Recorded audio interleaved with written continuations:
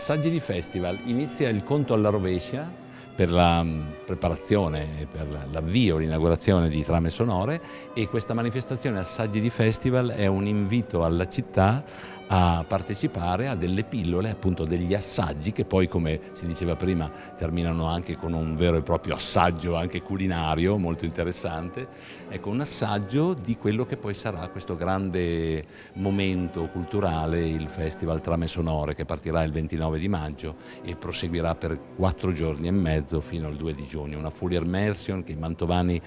conoscono già, una full immersion nella bellezza, nel suono, nella musica, nell'incontro, nella scoperta. E io credo che questi assaggi di festival siano molto importanti da frequentare, perché ci consentiranno appunto in qualche modo di arrivare preparati a questa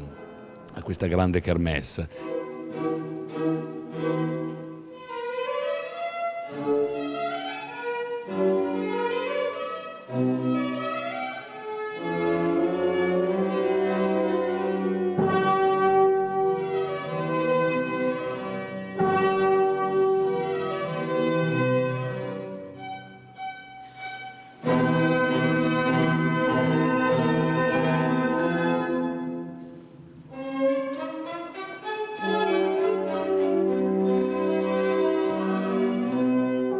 Stasera avremo ospite la Orchestra Teresia, un'orchestra internazionale fatta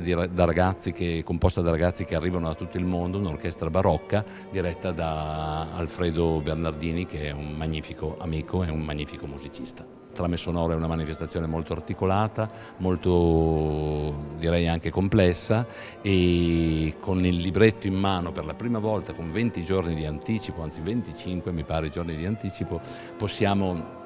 veramente sperare che ognuno studi il proprio percorso, il proprio settore, che insomma decida quale trama seguire.